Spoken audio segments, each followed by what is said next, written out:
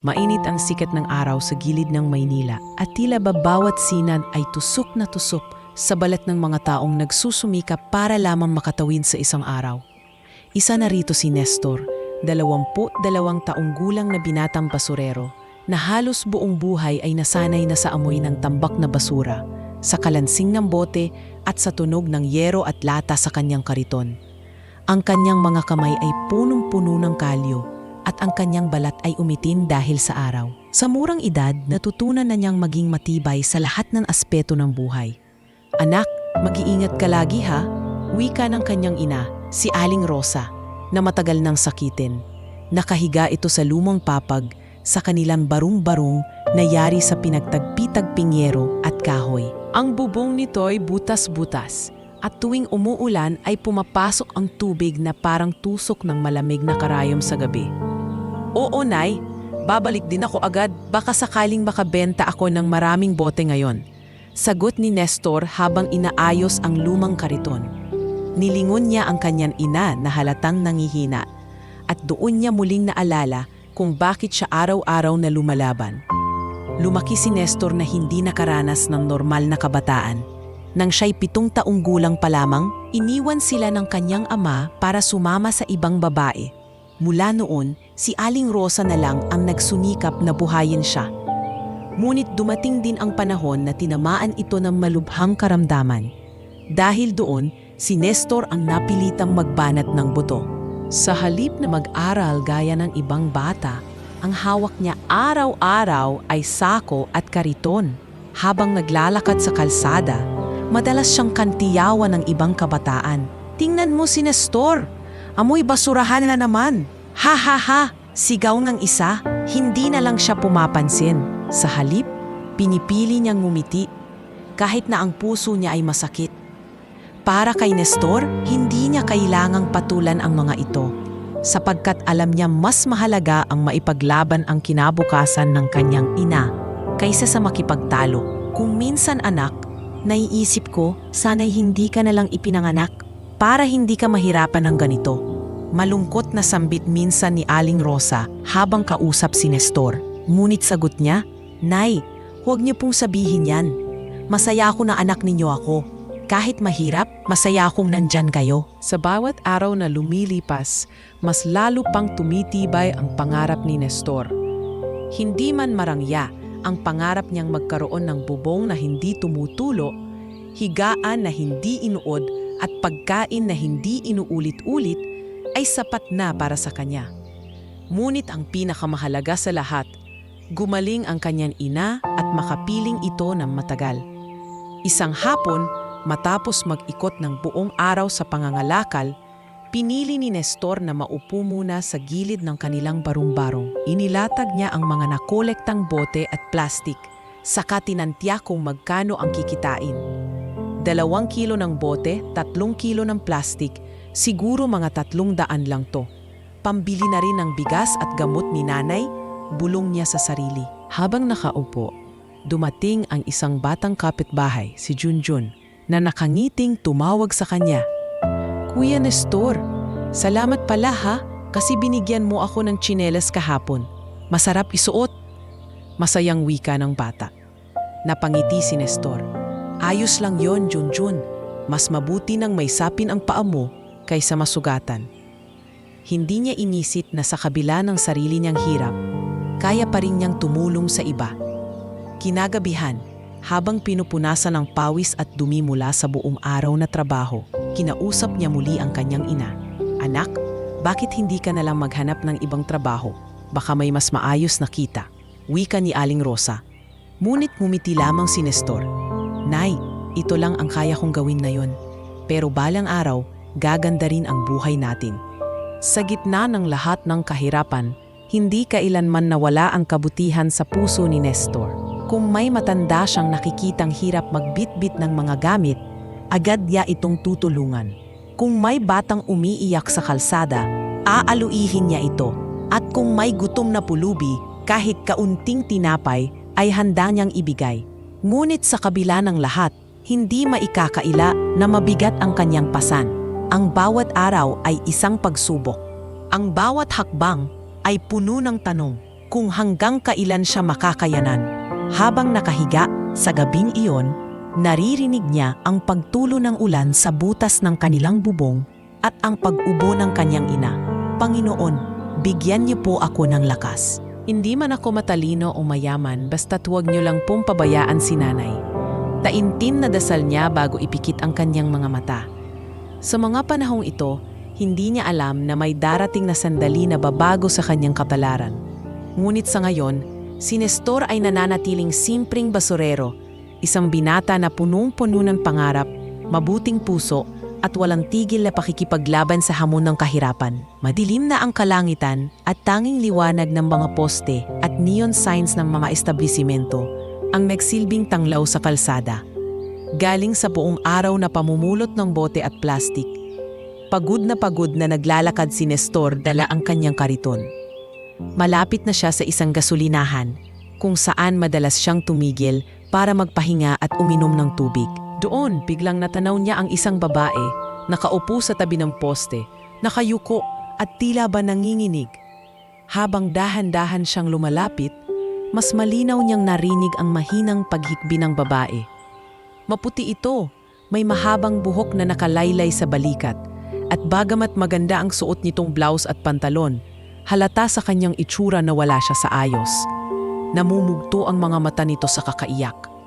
"Miss, ayos ka lang ba?" Maingat na tanong ni Nestor. Inilapag niya ang kanyang kariton at umupo ng bahagya sa di kalayuan. Nagulat ang babae at agad na pinunasan ang kanyang luha. "Pasensya na, wala ito." Mahina nitong tugon habang pilit na tinatakpan ang mukha. Tahimik na kinuha ni Nestor ang kanyang luma at gusot na panyo mula sa bulsa. Hindi na niya inisip kung marumi ba iyon o hindi. Basta't ibinigay niya ito sa babae. "Heto, gamitin mo na lang. Wala na akong bago, pero malinis yan." Nagulat ang babae sa kanyang inaalok. Tinitigan niya ang payak na binata na halatang galing sa hirap. Sa kabila ng pawis at dumis nito, may bakas ng kabutihan sa kanyang mga mata. Dahan-dahan niyang kinuha ang panyo. "Salamat," mahinang sagot. Sandaling katahimikan ang namagitan sa kanila. Tanging tunog ng mga dumadaang jeep at motorsiklo ang bumabasad dito. Hindi mapigilang itanong ni Nestor, "Kung may problema ka, baka may maitulong ako." Napailing ang babae, saka muling tumulo ang luha. "Wala kang magagawa. Ang dami kong iniisip," ang bigat-bigat. Sa likod ng kanyang isip, alam ni Nestor na baka may personal na dinadala ang babae, pero hindi niya iginalang na magtanong pa. Sa halip, ngumiti siya ng marahan. "Alam mo, minsan kahit hindi natin masolusyonan agad ang problema, malaking bagay na may nakikinig lang. Kung gusto mo, dito lang ako. Hindi ako aalis." Natahimik ang babae. Sa unang pagkakataon, tila nakahanap siya ng kaunting binhawa sa presensya ng isang estranghero. Unti-unti niyang binaba ang mga kamay na kanina'y nakatakip sa kanyang mukha. Doon nakita ni Nestor ang maganda nitong anyo kahit namumugto ang mga mata. "Anong pangalan mo?" tanong ng babae. "Nestor, basurero ako." Diretso nitong sagot. Wala siyang intensyong magpanggap. "Basurero?" ulit ng babae. Tila nagulat ngunit hindi nagpakita ng pang-aalipusta. "Ako si Angela." Napaniti si Nestor. "Magandang pangalan. Pasensya na kung istorbo ako pero kanina pa kasi kita napapansin dito. Baka mapahamak ka kung mag-isa ka lang." Nag-iwas ng tingin si Angela at huminga ng malalim. "Gabi na kasi, hindi ko na alam kung saan ako pupunta. Parang wala na akong lakas." Nagkamot ng ulo si Nestor. Hindi alam kung paano makakapagbigay ng solusyon. "Kung gusto mo, ihatid na lang kita kahit hanggang sa may sakayan. Hindi mo naman ako kilala, pero hindi ako masamang tao." Sandaling pinag-isipan ni Angela, ngunit kita sa kanyang mga mata ang pagdududa. Gayunpaman, may kakaibang kapanatagan siyang naramdaman mula sa binata. "Salamat, pero dito na lang muna ako." Tumango si Nestor. "Ayos lang. Basta't huwag ka lang matakot. Nandito lang ako sa tabi." Nagpatuloy sila sa ilang minutong katahimikan. Muli sumagi sa isip ni Angela ang kabutihang ipinakita ng binata, kahit hindi siya nito kilala. At para kay Nestor, hindi niya inasahan na sa gitna ng kanyang pagod, makakatagpo siya ng isang taong may mabigat ding pasan. Makalipas ang halos kalahating oras, nagpasya na si Angela na tumayo. Salamat sa panyo mo, Nestor. Hindi ko makakalimutan na kahit simpleng bagay lang, nakatulong ka pa rin. Tumango si Nestor. At kahit hindi na siya inasahan ng kapalaran ng anuman, sapat na ang pasasalamat na iyon. Walang anuman, Angela. Ingat ka. Habang naglalakad palayo ang babae, sinundan siya ng tingin ni Nestor hanggang sa mawala ito sa dilim. Hindi niya alam kung muli pa niyang makikita ang babae. Ngunit sa gabing iyon, ang simpleng kabutihang ipinakita niya ay nag-iwan ng marka, hindi lamang kay Angela, kundi pati na rin sa kanyang sarili. Pagbalik niya sa kanilang barong-barong, binati agad siya ng ina. Anak, bakit natagalan ka? May nadaanan lang ako, Nay. May babaeng umiiyak. Hindi ko naman kayang iwan lang siya doon. Napabuntong hininga si Aling Rosa at hinaplos ang kamay ng anak. Kahit gaano kahirap ang buhay natin, hindi ka pa rin nakakalimot tumulong. Iyan ang pinakapinagmamalaki ko sa'yo, Nestor. Ngumiti si Nestor kahit pagod na ang tatawan. Ang gabing iyon ay tila isa lamang sa napakaraming ordinaryong gabi sa buhay ng isang basurero. Ngunit hindi niya alam, iyon ang magiging simula ng pagbabago ng kanyang kapalaran. Isang pagkakataong hindi niya kailanmang inasahan. Maagang nabising si Nestor kinabukasan. Hindi man nakabawi ng gusto sa pagod ng nakaraang araw, pinilit niyang bumangon mula sa kanyang banig. Ang liwanag ng araw ay pumapasok sa maliit na siwang ng kanilang bubong at naruroon ang ina niyang si Aling Rosa, nakahiga at nakatingin sa kanya. Anak, baka magpahinga ka muna kahit ngayon lang. Mahinang wika nito. Kita ko sa mukha mo pagod ka na. Umiling si Nestor at nginitian ng ina. Kailangan kong magtrabaho, Nay. Kailangan natin ng gamot at pagkain. Hindi pwedeng huminto. Dinampot niya ang sako at nagsimulang ayusin ang kariton. Butbit ang mabigat na responsibilidad. Lumakad siya patungong gasolinahan kung saan siya madalas magsimula ng kanyang ruta. Ang hangarin niya lamang noon ay makapagsimula ng maaga para makabenta ng mas maraming kalatal. Ngunit sa hindi inaasahan, muling nakita ni Nestor ang babae mula kagabi. Nakatayo ito malapit sa gasolinahan, tila ba naghihintay. Nang makita siya, ngumiti ito ng marahan at agad siyang nilapitan. Good morning, bati ng babae. Malinis na ang mukha nito ngayon, maayos ang bihis, isang pulang bestida at simpleng sapatos na mukhang mamahalin. Angela, bulong ni Nestor. Nagulat siya sa muling pagkikita nila. Bakit ka nandito? Ngumiti si Angela. Kagabi, tinulungan mo ako kahit hindi mo naman ako kilala. Hindi ko alam kung paano ako makakabawi sa'yo. Pero pinaisip ako ng buong gabi. Kung hindi mo ako nilapitan, baka kung ano na ang ginawa ko sa sarili ko. Nanlaki ang mga mata ni Nestor. Hindi makapaniwala sa sinabi ng babae. Ha? Anong ibig mong sabihin? Huminga ng malalim si Angela. I was at my lowest last night. Nawalan ako ng direksyon. Pero dumating ka, isang simpleng tao na hindi nagdalawang isip na alalahanin ang kapakanan ng iba. Naisip ko, kung kaya mong magmalasakit kahit wala ka ring wala. Bakit ako hindi? Hindi nakasagot agad si Nestor. Nakaramdam siya ng kaba at hiya. Dahil para sa kanya, maliit lang naman ang nagawa niya. Wala yon, Angela. Panyo lang naman ang naibigay ko. At saka, natural lang naman yun. Umiling si Angela at ngumiti. Hindi maliit ang kabutihan. Sa tamang oras, kahit simpleng bagay ay pwedeng maging napakalaki para sa taong nangangailangan. Pagkatapos ng ilang saglit, kinuha ni Angela ang kanyang bag at naglabas ng ilang papeles at susi. Nestor, gusto kong ibigay ito sa'yo. Nagulat ang binata. Ano to? Bahay, diretso nitong tugon. May maliit akong property na hindi ko ginagamit. Gusto ko itong ibigay sa'yo. I don't need it, but I know you do. Consider it as my thank you. Halos mabitawan ni Nestor ang hawak niyang sako. Ha? Bahay? Tumawa siya ng mahina, wari hindi makapaniwala. Angela, imposibleng tanggapin ko yan. Hindi ako karapat-dapat. Basurero lang ako. Walang lang, sagot ni Angela na may mariing boses. Hindi ako nagbibiro.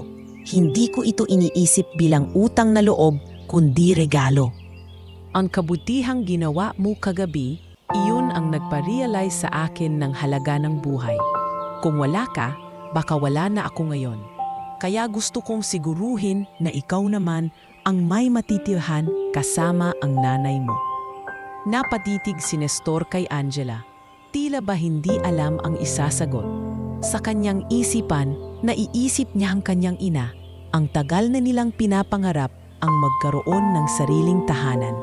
Ilang beses na niyang narinig ang ina na nagdarasal gabi-gabi para sa isang bahay na hindi butas ang bubong at hindi binabaha tuwing ulan. Angela, mahina niyang sambit. Hindi ko alam kung paano kita mapapasalamatan, pero sigurado ka ba sa desisyon mo? Tumango si Angela. Yes, I'm sure. Hindi lahat ng bagay na susukat sa pera at alam kong sa kamay mo, mas mapapahalagahan ang bahay na ito. Hindi napigilang pumatak ang luha ni Nestor. Salamat, salamat talaga. Para akong nananaginip. Lumapit si Angela at hinawakan ang kamay ng binata. Mula ngayon, hindi ka nalang basta basurero sa mata ko. Isa kang taong nagligtas ng buhay. Nagpatuloy sila sa pag-uusap at ipinaliwanag ni Angela ang mga detalye. Ang bahay ay matatagpuan sa isang lumang subdivision, maliit ngunit maayos at matibay. Hindi ito kasing laki ng mansyon, ngunit higit pa sa sapat para sa isang tulad ni Nestor na sanay sa barong-barong. Pag-uwi niya, halos hindi malaman ni Nestor kung paano sasabihin sa ina ang balitang dala. Pagpasok niya sa barong-barong, agad siyang sinalubong ni Aling Rosa. Anak, bakit parang nanginginig ka? Umupo si Nestor sa tabi nito. Hawak ang mga susi. Nay, may bahay na po tayo. Napakunot ang noo ni Aling Rosa. Anong ibig mong sabihin? Mangiyak-ngiyak si Nestor habang nagkukwento. May babae po akong tinulungan kagabi, si Angela. Ngayon po, binigyan niya tayo ng bahay. Hindi ko alam kung paano nangyari, pero totoo po ito, Nay. Hindi na po tayo titira sa tagpi-tagping barong-barong. Napahagulgol si Aling Rosa at niyakap ang anak ng mahigpit. Anak, matagal kong pinanarap to. Pinagdasal ko to gabi-gabi. Salamat sa Diyos. At ginamit ka niya para ipakita ang kabutihan ng ibang tao. Ang gabing iyon ay napuno ng luha ng kagalakan. Sa unang pagkakataon, si Nestor at ang kanyang ina ay may pag-asang hawak sa kanilang mga kamay. Isang bagong simula, isang himala na hindi nila inasahan, at isang regalo na magbabago sa daloy ng kanilang buhay mag-ina. Ilang araw matapos ibigay ni Angela ang mga susi, dinala na ni Nestor ang kanyang ina sa bagong bahay. Habang naglalakad sila papasok sa subdivision, dama ni Nestor ang kakaibang gaba at tuwa. Hindi siya makapaniwala na sa wakas may sarili na silang tahanan. Ang mga mata ni Aling Rosa ay namumuo sa luha. Hawak-hawak ang kamay ng anak habang napasandal sa kanyang balikat. Nestor, totoo ba ito? Hindi ba't baka isang biro lang ito? Mahina at nanginginig na wika ng ina. Numiti si Nestor at mahigpit na hinawakan ang kamay ng ina. Nay, totoo po ito. Ito na ang bahay natin. Wala na pong ulan na tutulo sa bubong. Wala nang baha na papasok sa sahig. Ito na po ang bagong simula natin. Nang marating nila ang harap ng bahay, namangha silang dalawa. Hindi ito marangya, ngunit maayos na maayos. May 2 silid, kusina, sala at maliit na bakuran. May pinturang maputlang asul na nakabalot sa mga pader at maayos na yero na kumikislap sa ilalim ng araw. Para kay Nestor, higit pa ito sa pangarap. Anak, hindi ko na alam ang sasabihin ko. Sa wakas, makakatulog na tayo nang hindi nag-aalala kung babagsak ang bubong sa atin. Humahagulhol na sabi ni Aling Rosa. Inalalayan ni Nestor ang ina papasok. Una nilang nasilayan ang maliit na sala na may simpleng upuan at lumang mesa. Doon tila baramdam ni Nestor ang bigat ng kanyang mga taon ng paghihirap na biglang gumaan. Ano sa palagay mo, Nay? Tanong ni Nestor habang pinupunasan ang pawis sa noo. Tila ako nananaginip, anak. Hindi ko akalain na makakatira pa ako sa ganitong bahay bago man lang ako mawala. Sagot ng ina, habang dahan-dahan niyang hinahaplos ang malamig na pader. Agad na sinimulan ni Nestor ang paglilinis. Pinagpag niya ang mga alikabok sa sahig at inayos ang mga gamit. Wala silang masyadong kagamitan. Isang lumang papag, ilang kumot at kaunting personal na gamit. Pero para sa kanila, sapat na iyon. Anak, baka mapagod ka. Pahinga ka muna. Wika ng ina habang nakaupo sa sulok. Umiling si Nestor. Hindi, Nay. Gusto kong matapos ito agad. Para maramdaman niyo na talaga na tahanan na natin ito. Habang naglilinis siya, napansin ni Nestor ang ilang kapitbahay na nakasilip mula sa labas. Ang ilan ay nagtataka kung sino ang bagong lipat at may ilan naman lumapit. Uy, kayo ba ang bagong nakatira dito? Bati ng isang matandang babae. Opo, sagot ni Nestor na may ngiti. Ako po si Nestor at ito ang nanay ko. Pasensya na po, simple lang kami. Naku, walang anuman. Mabuti at may bagong muka dito. Malugod namin kayong tatanggapin. Sagot ng babae na may ngiti rin. Ilan pang kapitbahay ang lumapit. Dala ang mga simpleng pagkain at gamit bilang pang-welcome. Doon napagtanto ni Nestor na hindi na sila muling magiging kasing layo ng lipunan gaya ng dati nilang nararamdaman. Makalipas ang ilang oras, natapos din sa paglilinis si Nestor. Umupo siya sa sahig, hingal na hingal, ngunit may ngiti sa labi. Ang kanyang ina ay nakatingin sa kanya na may halong tuwa at pagmamalaki. Anak, salamat sa lahat ng hirap na tiniis mo. Heto, at may bunga na. Hindi ko na alam kung paano kita mapapasalamatan, sabi ng ina habang pinupunasan ang mga mata. Walang anuman, Nay, para sa atin po lahat ito. Basta't makasama ko kayo, sapat na, tugon ni Nestor.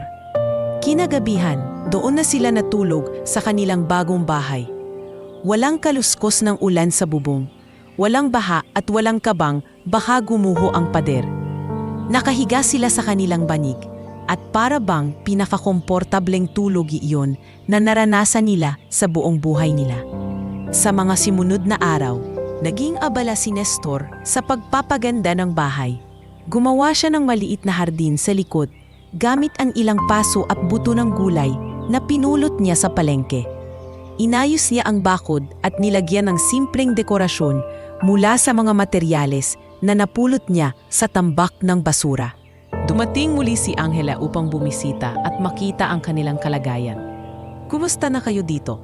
tanong niya habang nakatingin sa paligid. "Angela, hindi ko talaga alam kung paano ta mapapasalamatan. Tignan mo, parang ibang tao na si nanay. Ang saya niya araw-araw," sagot ni Nestor. Lumapit si Angela kay Aling Rosa. "Tita, sana ay mas gumaan na ang pakiramdam niyo. Malaking bagay para sa akin na makita kayong masaya." Napahawak sa kamay ni Angela si Aling Rosa. "Anak, hindi ka namin malilimutan. Isa kang biyaya mula sa langit." Nagtagal si Angela ng ilang oras sa kanilang bahay. Nakisalo sa simpleng hapunan na niluto ni Nestor. Doon nabuo ang mas malalim na koneksyon sa pagitan nila. Hindi lamang bilang magkaibigan, kundi bilang magkakapatid na pinagbuklod ng pagkakataon. Lumipas ang mga araw at unti-unting naramdaman ni Nestor ang pag-asa na matagal na niyang pinangarap. Ang maliit na bahay na ibinigay sa kanila ay naging simbolo ng bagong simula. Isang lugar kung saan pwede na nilang harapin ang hinaharap na hindi puno ng pangamba, kundi ng pag-asa. Habang nakaupo si Nestor sa harap ng kanilang bahay isang gabi, tiningnan niya ang kalangitan at bumulong. "Salamat Diyos ko, salamat at binigyan mo kami ng tahanan. Panghahawakan ko ito at gagawin ang lahat para maging karapat-dapat." Sa mga oras na iyon, daman niyang nagsisimula ng magbukas ang isang bagong yugto ng kanilang buhay. At ang lahat ng iyon ay nagsimula sa isang panyo at sa simpleng pagtulong sa isang babaeng umiiyak sa gasolinahan. Ilang araw matapos ibigay ni Angela ang mga susi, dinala na ni Nestor ang kanyang ina sa bagong bahay. Habang naglalakad sila papasok sa subdivision, dama ni Nestor ang kakaibang kaba at tuwa. Hindi siya makapaniwala na sa wakas, may sarili na silang tahanan. Ang mga mata ni Aling Rosa ay namumuo sa luha. Hawak-hawak ang kamay ng anak habang nakasandal sa kanyang balikat. "Nestor, totoo ba ito? Hindi ba't ba isang biro lang ito? Mahina at nanginginig na wika ng ina. Mumiti si Nestor at mahigpit na hinawakan ang kamay ng ina. Nay, totoo po ito. Ito na ang bahay natin. Wala na pong ulan na tutulo sa bubong. Wala nang baha na papasok sa sahig. Ito na po ang bagong simula natin. Nang marating nila ang harap ng bahay, namangha silang dalawa. Hindi to marangya, ngunit maayos na maayos. May 2 silid, kusina, sala at maliit na bakuran. May pinturang maputlang asul na nakabalot sa mga pader at maayos na yero na kumikislap sa ilalim ng araw. Para kay Nestor, higit pa ito sa pangarap. Anak, hindi ko na alam ang sasabihin ko. Sa wakas, makakatulog na tayo nang hindi nag-aalala kung babagsak ang bubong sa atin. Humahagulhol na sabi ni Aling Rosa. Inalalayan ni Nestor ang inapapasok. Una nilang nasilayan ang maliit na sala na may simpleng upuan at lumang mesa. Doon, tila ba ramdam ni Nestor ang bigat ng kanyang mga taon ng paghihirap na biglang gumaan. Ano sa palagay mo, Nay? Tanong ni Nestor habang pinupunasan ang pawis sa noo. Tila ako na nanaginip, anak. Hindi ko akalain na makakatira pa ako sa ganitong bahay bago man lang ako mawala, sagot ng ina habang dahan-dahan niyang hinahaplos ang malamig na pader. Agad na sinimulan ni Nestor ang paglilinis. Pinagpag niya ang mga alikabok sa sahig at inayos ang mga gamit. Wala silang masyadong kagamitan, isang lumang papag, ilang kumot at kaunting personal na gamit. Pero para sa kanila, sapat na iyon. Anak, baka mapagod ka, pahinga ka muna. Wika ng ina habang nakaupo sa sulok. Umiling si Nestor. Hindi, Nay, gusto kong matapos ito agad para maramdaman nyo na talaga na tahanan na natin ito. Habang naglilinis siya, napansin ni Nestor ang ilang kapitbahay na nakasilip mula sa labas. Ang ilan ay nagtataka kung sino ang bagong lipat at may ilan namang lumapit. Uy, kayo ba ang bagong nakitira dito? Bapi ng isang matandang babae. Opo, sagot ni Nestor na may ngiti. Ako po si Nestor at ito ang nanay ko. Pasensya na po, simple lang kami. Nako, walang anuman. Mabuti at may bagong mukha dito. Malugod namin kayong tatanggapin. Sagot ng babae na may ngiti rin.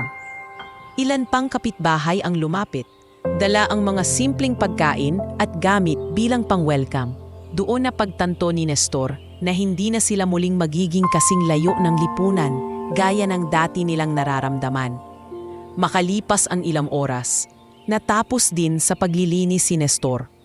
Umupo siya sa sahig, hingal na hingal, ngunit may ngiti sa labi. Ang kanyang ina ay nakatingin sa kanya na may halong tuwa at pagmamalaki. Anak, salamat. Sa lahat ng hirap na piniis mo, heto at may bunga na. Hindi ko na alam kung paano kita mapapasalamatan, sabi ng ina habang pinupunasan ang mga mata. Walang anuman, Nay, para sa atin po lahat ito. Basta't makasama ko kayo, sapat na, tugon ni Nestor. Kinagabihan, doon na sila natulog sa kanilang bagong bahay. Walang kaluskos ng ulan sa bubong, walang baha at walang kabang gumuhos ng pader. Nakahiga sila sa kanilang banig at para bang pinakakomportabling tulog iyon na naranasan nila sa buong buhay nila. Sa mga sumunod na araw, naging abala si Nestor sa pagpapaganda ng bahay. Gumawa siya ng maliit na hardin sa likod gamit ang ilang paso at buto ng gulay na pinulot niya sa palengke. Inayos niya ang bakod at nilagyan ng simpleng dekorasyon mula sa mga materyales na napulot niya sa tambak ng basura. Dumating muli si Angela upang bumisita at makita ang kanilang kalagayan. "Kumusta na kayo dito?" tanong niya habang nakatingin sa paligid. "Angela, hindi ko talaga alam kung paano ka mapapasalamatan. Tignan mo, parang ibang tao na si nanay. Ang saya niya araw-araw." Sagot ni Nestor. Lumapit si Angela kay Aling Rosa. "Tita, sana ay mas gumaan na ang pakiramdam niyo. Malaking bagay para sa akin na makita kayong masaya." Napahawak sa kamay ni Angela si Aling Rosa.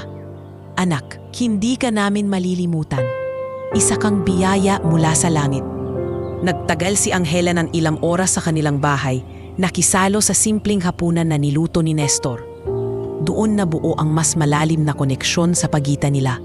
Hindi lamang birang magkaibigan, kundi bilang magkakapatid na pinagbuklod ng pagkakataon. Lumipas ang mga araw at unti-unting naramdaman ni Nestor ang pag-asa na matagal na niyang pinangarap.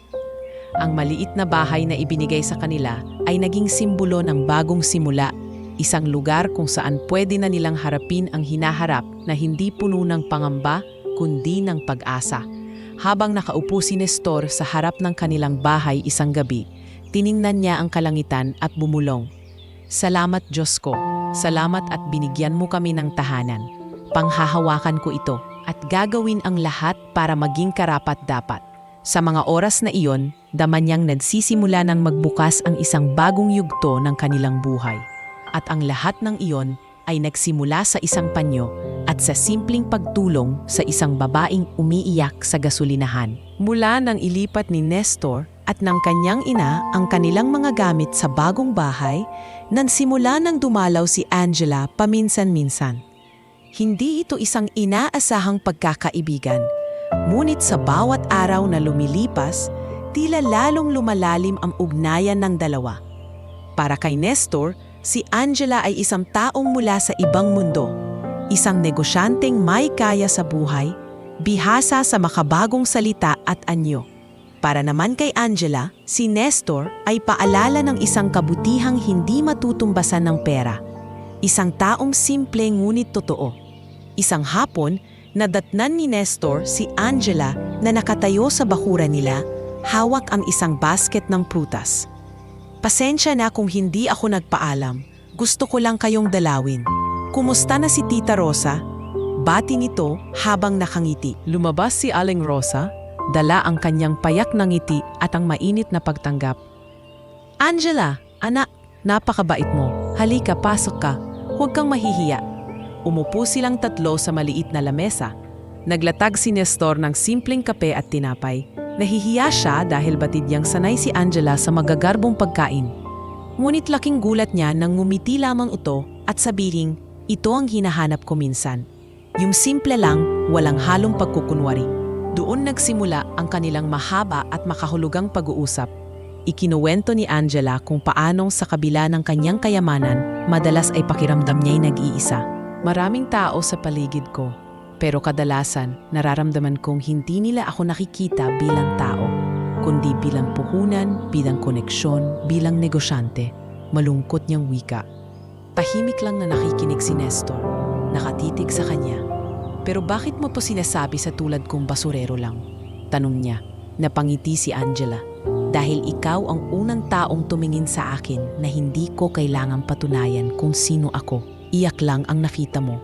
At hindi mo ako tinanong kung magkano ang pera ko o kung ano ang pangalan ng kumpanya ko. Isa lang akong tao sa paningin mo. Napayuko si Nestor at nagkamot ng ulo. Wala naman talagang saysay ang mga yan sa akin. Ang mahalaga lang, yung makita kung paano makakatulong kahit kaunti. Sa mga araw na sumunod, naging madalas na ang pagdalaw ni Angela. Minsan, nakikisalo siya sa hapunan nila kahit pa simpleng tinola o tuyo lamang ang nakahain. Nakangiti pa rin siya habang kumakain at madalas ay sinasabi niya, mas masarap to kaysa sa mamahaling pagkain na kinagisnan ko. Nagugulat si Nestor sa sinseridad ng babae. Hindi niya akalaing may ganitong aspeto si Angela. Isang pusong marunong tumanggap ng simpleng bagay para kay Aling Rosa. Ilang anak na rin ang turing niya kay Angela. Lagi niya itong pinapaalalahanang kumain ng mabuti at magpahinga, na parang sarili niyang anak. Angela, huwag mong pababayaan ang sarili mo kahit gaano ka pa kaabala. Wika ni Aling Rosa, minsan habang inihahain ang sopas. Opo tita, salamat po, para niyo na rin akong tunay na anak. Tugon ni Angela na may ngiti at pagkalinga sa tinig. Dumating ang panahon na si Angela ang nagbukas ng kanyang sarili kay Nestor. Ikinuwento niya kung bakit siya umiiyak sa gasolinahan noong una silang nagkita. Nawalan ako ng mahal sa buhay. Aniya, habang nakatingin sa kawalan, may fiancé ako noon na iniwan ako para sa iba. Gumuho ang mundo ko, akala ko hindi ko nakakayanin, hanggang sa nakita mo ako. Nakaramdam ng bigat sa dibdib si Nestor habang nakikinig. Hindi niya maipaliwanag, ngunit gusto niyang alisin ang sakit na nararamdaman ni Angela. Angela, Mahirap talaga ang masaktan, pero hindi ibig sabihin na doon nagtatapos ang buhay mo. Kung iniwan ka niya, hindi ka naman iniwan ng Diyos. At nandito ka pa, may mga taong handang pahalagahan ka. Napaluha si Angela, ngunit ibang luha ito, luha ng ginhawa. Salamat Nestor, hindi mo alam kung gaano kalaki ang naitulong mo sa akin. Mula noon, nagpatuloy ang kanilang pagkakaibigan. Natutunan ni Angela ang simpleng pamumuhay, kung paano ang makontento sa kaunting bagay, kung paano ang tumawa sa maliliit na biro ni Nestor, at kung paano magpahalaga sa bawat piraso ng tinapay na kanilang pinaghahatian. Sa kabilang banda, si Nestor ay nakakita ng inspirasyon kay Angela. Dahil sa kanya, natutunan niyang may mga taong handang maniwala sa kanya kahit pa lahat ng iba ay tumitingin sa kanya ng mababa. Isang gabi, habang magkasamang nakaupo sina Nestor at Angela sa labas ng bahay, nagbiro ang binata. Kung mayaman ka, bakit hindi ka na lang bumili ng malaking bahay at dun ka tumira mag-isa? Napahalakhak si Angela. Anong silbi ng malaking bahay kung wala namang kasama? Mas gugustuhin ko pang nandito, kasama kayong mag-ina, at nararamdaman kong totoo ang lahat. Natahimik si Nestor, at sa kanyang puso, alam niyang ang kanilang pagkakaibigan ay higit pa sa simpleng ugnayan. Isa itong patunay na kahit magkaibang mundo ang pinagmulan ng dalawang tao, kaya pa ring magtagpo ang kanilang landas. At sa pagkakaibigang iyon, parehong nagkaroon ng pag-asa at lakas upang magpatuloy sa buhay. Sa gabing iyon, nang makita ni Aling Rosa ang dalawa mula sa bintana, napangiti siya. Diyos ko, salamat! Sa wakas may dumating sa buhay ng anak ko na magbibigay liwanag sa kanya. At sa ilalim ng mga bituin, nanatiling matatag ang pagkakaibigan ni Nestor at Angela, isang ugnayan na magsisilbing pundasyon ng mas malalaking pagbabago sa kanilang mga buhay. Lumipas ang mga linggo at tila unti-unting gumagaan ang buhay ni Nestor. May sarili na silang bahay, mayroon siyang bagong pag-asa. At higit sa lahat ay nariyan si Angela na naging kaibigan nilang mag-ina. Ngunit sa kabila ng lahat ng ito, may isang bagay na hindi maiali sa kanilang realidad. Ang karamdaman ni Aling Rosa. Isang gabi, habang nagluluto si Nestor ng simpleng lugaw, narinig niya ang malakas na paghubo ng ina. Napalingon siya agad at nakita itong halos hindi makahinga. Agad niyang iniwan ang niluluto at tinulungan ang ina na umupo ng maayos. Nay, ayos lang ba kayo? Tanong ni Nestor, bakas ang pagkabahala sa kanyang mukha. Oo anak, huwag kang mag-alala. Sanay na ako rito, sagot ng ina kahit halatang pinipilit lang ang sarili. Ngunit hindi maalis ang bigat na nararamdaman ni Nestor. Sa bawat araw, tila lalo pang lumalala ang kondisyon ng kanyang ina. Namumutla na ito, mabilis mapagod, at madalas ay hindi na makakain ng marami. Kinabukasan, dumalaw si Angela at napansin agad ang kalagayan ni Aling Rosa. Tita, parang hindi na maganda ang pakiramdam niyo. Kailangan makita kayo ng doktor. Seryosong wika niya. Napayuko si Nestor, halatang nahihiya. Angela, hindi ko alam kung paano. Wala akong sapat na pera para sa doktor o gamot. Humalak sa balikat ni Nestor si Angela. Hayaan mo akong tumulong.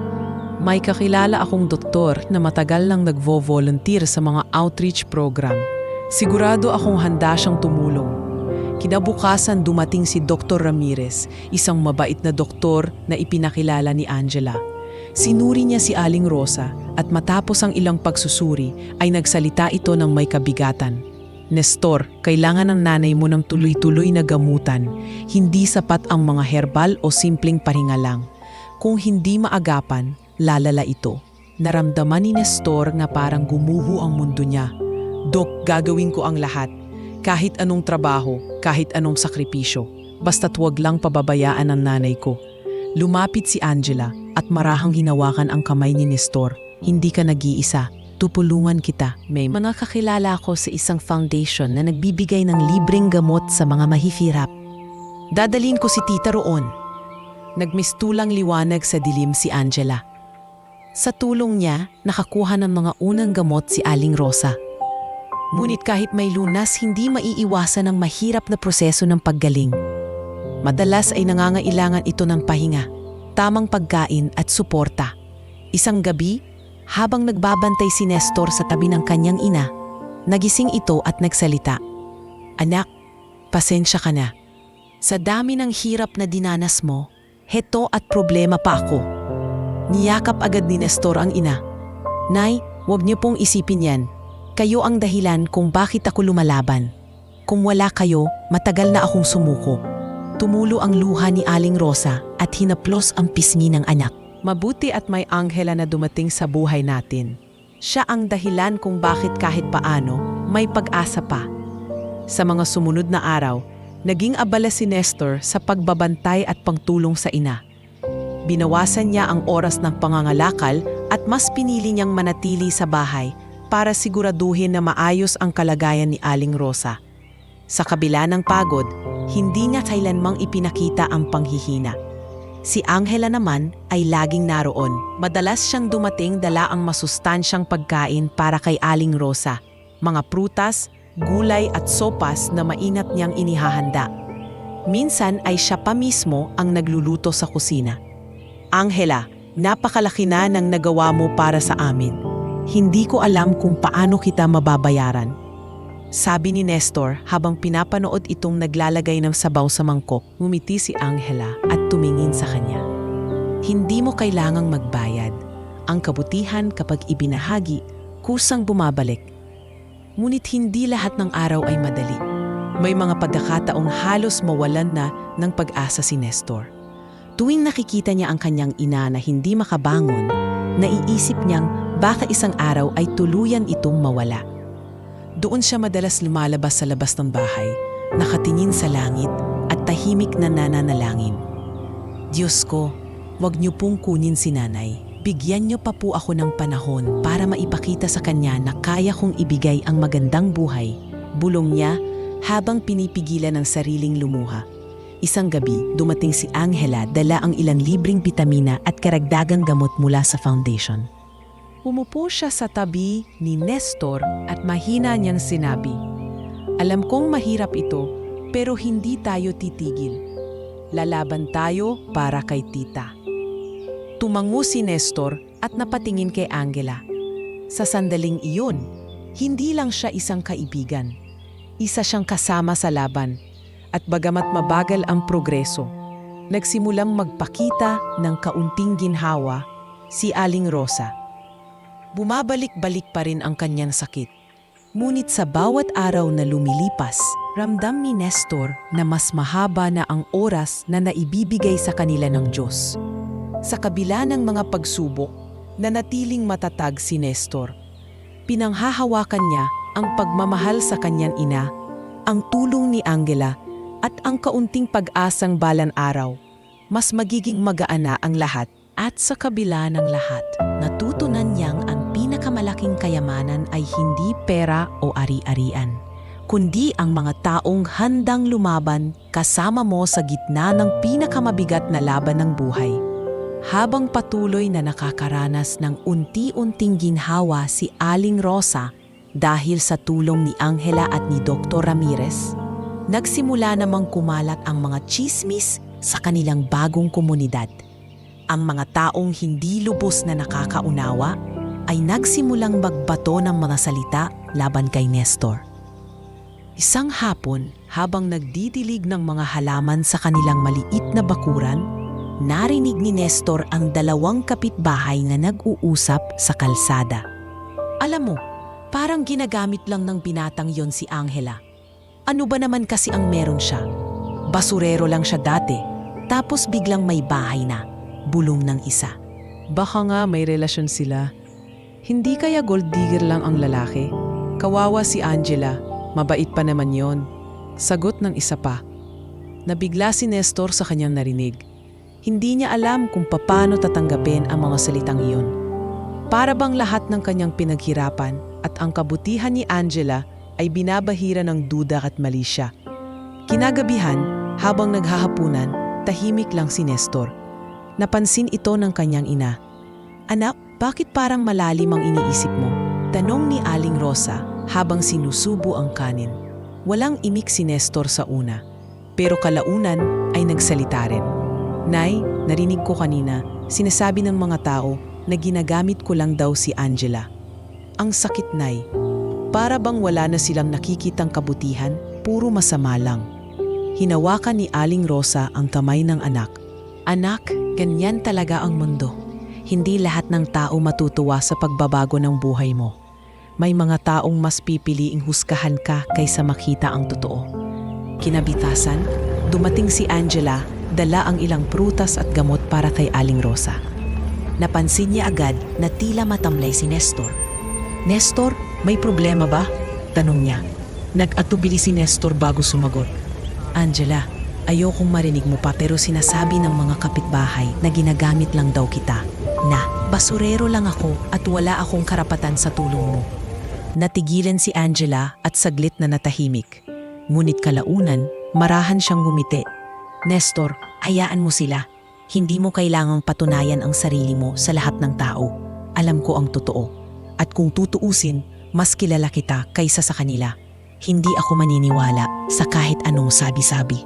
Nit hindi nagpaawat ang tsismis. Isang araw may kapitbahay na lantaran siyang pinagtawanan. Uy, Nestor! Ang galing mo ha? Mayaman na agad kasi may nakilala kang mabait na babae. Sana all! Sabay tawanan malakas. Hindi nakapagsalita si Nestor. Pinili niyang manahimik. Ngunit sa loob-loob niya, ramdam niya ang hiya at lungkot. Para bang lahat ng pagsusumikap at kabutihang ginagawa niya ay natatakpan ng maling akala ng iba. Isang gabi, habang magkasama sila ni Angela sa bakuran, hindi na napigilan ni Nestor ang kanyang damdamin. Angela, nahihirapan ako. Hindi ko kayang makita na ikaw ang nasasaktan sa mga tsismis na yun. Baka mas mabuting umiwas ka na lang sa akin para hindi ka madamay. Tumitig si Angela sa kanya at umiling, Nestor, huwag mong isipin yan. Kung bibitiw ako dahil lang sa sabi-sabi, hindi totoong kaibigan ang turing ko sa'yo. Tandaan mo, ang halaga ng tao ay hindi nasusukat sa nakaraan niya. At kahit sabihin nilang basurero ka, para sa akin, isa kang taong may dignidad at kabutihan. Napatitig si Nestor kay Angela at doon niya muling naramdaman ang lakas ng loob. Ang mga salita nito ang nagsilbing pananggalang niya laban sa masasakit na salitang naririnig niya mula sa iba. Samantala, pinilit niyang ipagpatuloy ang kanyang buhay. Kahit may pangungutya, nagpatuloy siya sa pagtulong sa kanyang ina at sa pagpapaganda ng kanilang munting tahanan. Hindi rin niya pinabayaan ang mga kabataang nakakasalamuhan niya sa komunidad. Kapag may batang nangangailangan ng tsinelas o lapis para sa eskwela, madalas ay siya mismo ang nagbibigay mula sa kaunting na itatabi. Sa kabila ng mga negatibong komento, mas lalong napalapit ang loob ng ilang kapitbahay kay Nestor. Nakita nila ang kanyang dedikasyon at kabutihan. May ilan na lumapit at nagsabi, "Pasensya ka na, Nestor, hindi pala tama ang mga pinagsasabi ng iba. Nakikita namin kung gaano ka kasipag at kung gaano ka kabuti. Hindi man lahat ay naniniwala sa kanya, sapat na para kay Nestor ang unti-unting pagtanggap ng iba. At higit sa lahat, sapat na ang paninindigan ni Angela na ipaglaban ang pagkakaibigan nila. Hindi ko hahayaan na masira ang pagkakaibigan natin dahil lang sa maling akala ng ibang tao." Matatag na sabi ni Angela isang gabi habang naglalakad sila sa labas ng subdivision. Sa sandaling iyon, alam ni Nestor na kahit gaano kahirap ang buhay, hindi siya nag-iisa. Ang kanyang ina at si Angela, ang dalawang haligi ng kanyang buhay, sila ang nagbibigay ng lakas upang harapin ang mga pagsubok na dumadating.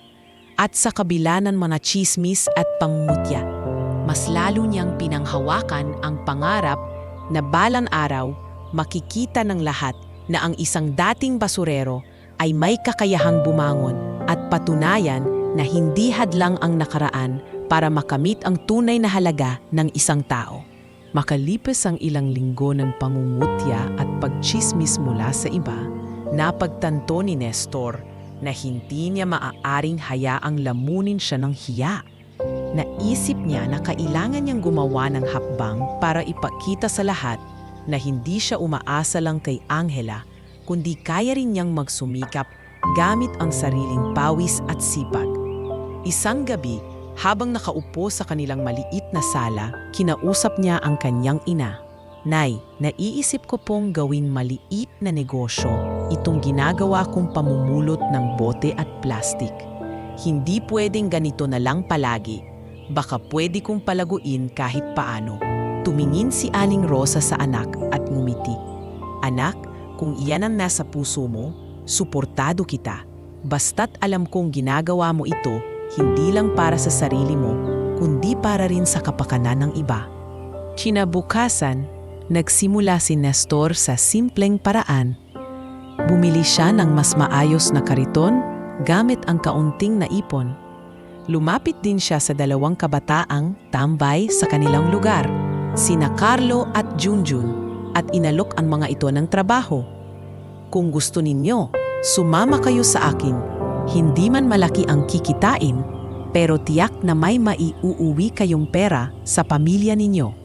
Wika ni Nestor. Nagkatinginan ang dalawa at sabay na tumango. Sige, Kuya Nestor, mas mabuti na to kaysa tambay lang kami. Sa unang linggo, sabay-sabay silang nag-ikot sa mga kalsada, namumulot ng bote, plastik at bakal. Itinuro ni Nestor sa dalawa ang tamang paraan ng paghihiwalay ng basura, kung alin ang may halaga at kung alin ang hindi. Pinakita rin niya kung paano makipag-usap sa mga junk shop para makuha ang mas magandang presyo. Dumating si Angela at nagulat nang makita ang bagong sistema ni Nestor. Wow, Nestor! Hindi ka lang pala basta nangangalakal. Marunong ka ring mag-organisa. Napakamot ng ulo si Nestor at napangiti. Sinubukan ko lang, Angela. Gusto ko kasing hindi lang ako ang makinabang, kundi pati na rin ang mga kabataang ito. Para hindi sila lumaking pakalat-kalat sa kalsada gaya ko noon. Umanga si Angela sa kanyang determinasyon. Kung gusto mo, may kakilala akong may-ari ng malaking junk shop. Pwede kitang ipakilala para mas direkta mong maibenta ang mga nakopolekta ninyo. Dahil sa tulong ni Angela, nagkaroon ng bagong kontak si Nestor. Sa halip na sa maliit na junk shop siya magbenta, direkta na siyang tumungo sa mas malaking bodega na mas mataas magbayad. Doon, unti-unting tumaas ang kita nila. Makalipas ang ilang buwan, lumago ang kanilang maliit na operasyon. Nakabili si Nestor ng dagdag na kariton at nakahire pa ng 3 kabataang nangangailangan ng trabaho. Naging maayos ang daloy ng kanilang negosyo at unti-unting nakilala si Nestor sa kanilang barangay bilang basurerong negosyante. Isang araw, habang nagbibilang ng kanilang kita, lumapit si Carlo. Kuya Nestor, salamat ha. Dati wala kaming direksyon. Ngayon, kahit papaano, nakakatulong kami sa pamilya namin. Napatigil si Nestor at ngumiti. Walang anuman, basta't huwag kayong mawawala ng pag-asa. Ang sipag at tiyaga, yan ang puhunan natin. Ngunit hindi naging madali ang lahat. May mga pagkakataong kinu-question pa rin ng ilang tao ang kanyang kakayahan. May ilan na nagsasabing, ano ba naman yan? Basura pa rin ang negosyo niya. Hindi pa rin siya aangat. Ngunit imbes na panghinaan ng loob, ginamit ni Nestor ang mga salitang iyon bilang inspirasyon para magpursigi pa. Sa tulong ng kaunting ipon, bumili siya ng timbangan at ilang sako para mas napadali ang kanilang trabaho. Nagtayo rin siya ng maliit na bodega sa kanilang bakuran kung saan niya inilalagay ang mga nakokolekta bago ibenta. Minsan dumalaw si Angela at nakita ang pagbabago. Nestor, nakaka-proud ka? Ang dami mong natutulungan. Hindi mo na lang inangat ang sarili mo, inangat mo rin ang mga kabataan sa paligid mo. Huminga ng malalim si Nestor at tiningnan si Angela. Hindi ko magagawa to kung hindi dahil sa'yo. Kung hindi mo kami tinulungan ni nanay noon, baka hanggang ngayon nasa barong-barong pa rin kami at naglalakad lang ako mag-isa. Hindi ko alam kung paano ko maisusukli lahat ng kabutihan mo. Umiti si Angela at tumingin sa kanya ng may lambing. Hindi mo kailangang isukli, Nestor. Ang ginagawa mo ngayon, yan na mismo ang sukli. Ang bawat kabataang natutulungan mo, bawat pamilyang natutustusan mo kahit paano, yan ang patunay na hindi nasayang ang kabutihan. Dahil sa patuloy na paglago ng kanyang maliit na negosyo, nakabili si Nestor ng dagdag na gamit para sa kanilang bahay. Nakapagpagawa siya ng maliit na kabinet para kay Aling Rosa. Nakabili ng bagong banig at kahit simpleng bentilador na nakatulong ng malaki sa init ng gabi. Isang gabi, habang nakahiga sa kama, kinausap siya ng kanyang ina. "Anak, hindi ko akalain na darating ang araw na makikita kitang ganyan. Dati, pinapangarap ko lang na makita kang may direksyon. Ngayon, hindi lang ikaw ang umaangat, pati ang ibang tao na dadamay sa kabutihan mo." Niyakap ni Nestor ang ina. "Nay, lahat ng ito para sa inyo. Hindi ko man maibigay ang marangyang buhay, sisiguraduhin ko na hindi na kayo magugutom at hindi na kayo mawawalan ng tahanan."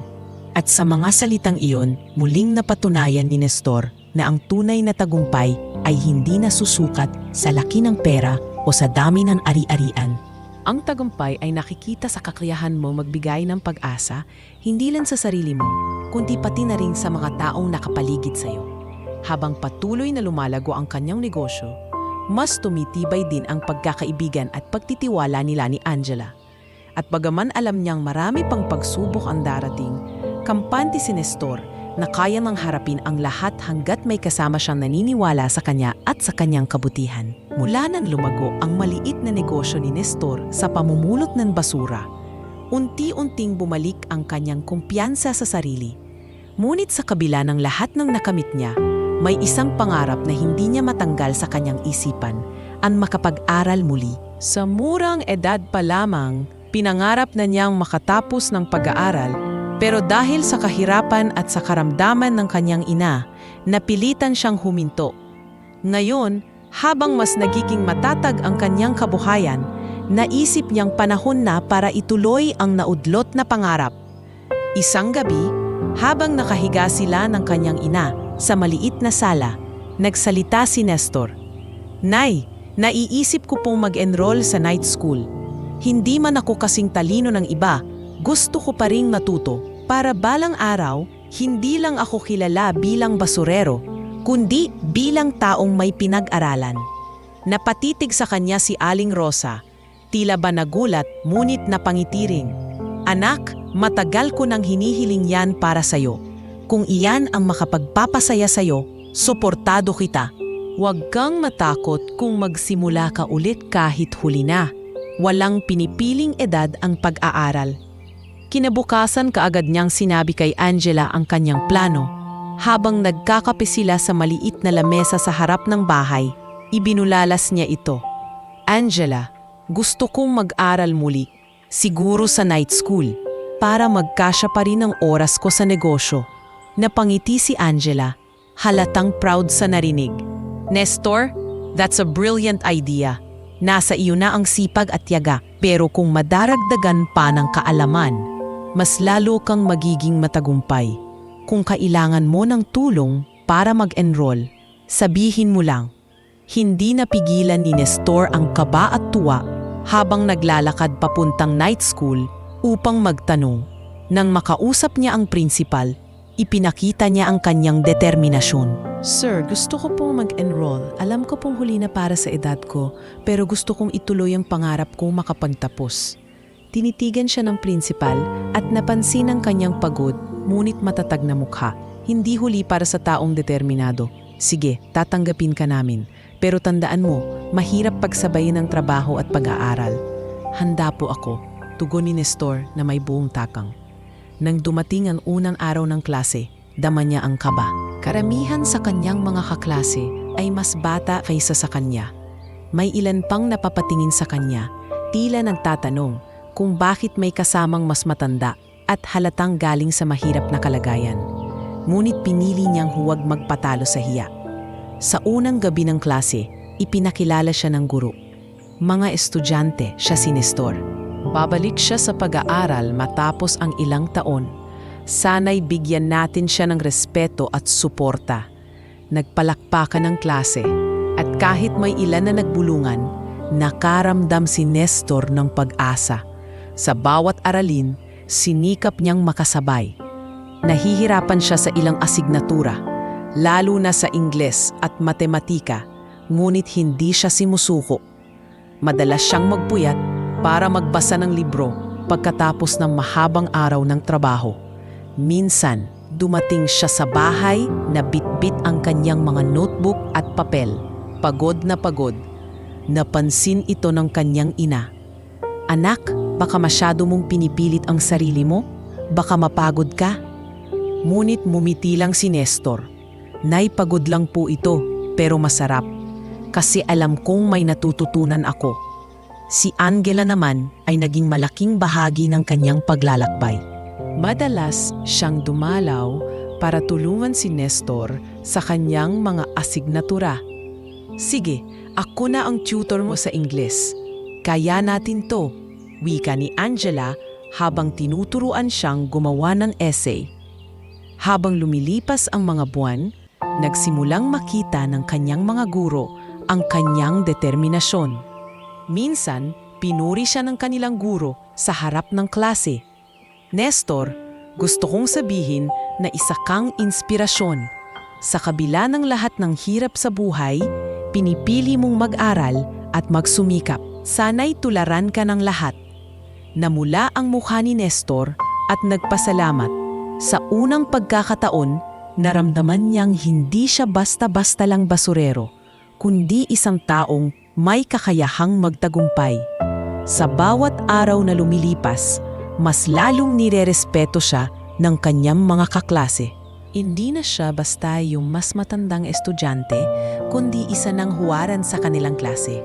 Isang gabi, matapos ang klase, lumapit sa kanyang isa niyang kaklase na si Mario. "Kuya Nestor, salamat ha. Dahil sa'yo, naisip ko rin na kahit mahirap kami, hindi ko dapat sukuan ang pag-aaral. Ikaw ang inspirasyon ko." Napatitig si Nestor kay Mario at numiti. "Salamat din, Mario. Basta't tandaan mo, hindi hadlang ang kahirapan. Laban lang." Dumating ang panahon ng pagsusulit at bagaman hindi siya pinakamataas, pumasa siya sa lahat ng asignatura. Nang makita ni Aling Rosa ang kanyang mga grades, halos maiyak ito sa tuwa. "Anak, proud na proud ako sa iyo. Hindi ko akalaing darating ang araw na makikita kitang may hawak na papel na may marka ng pagpasa."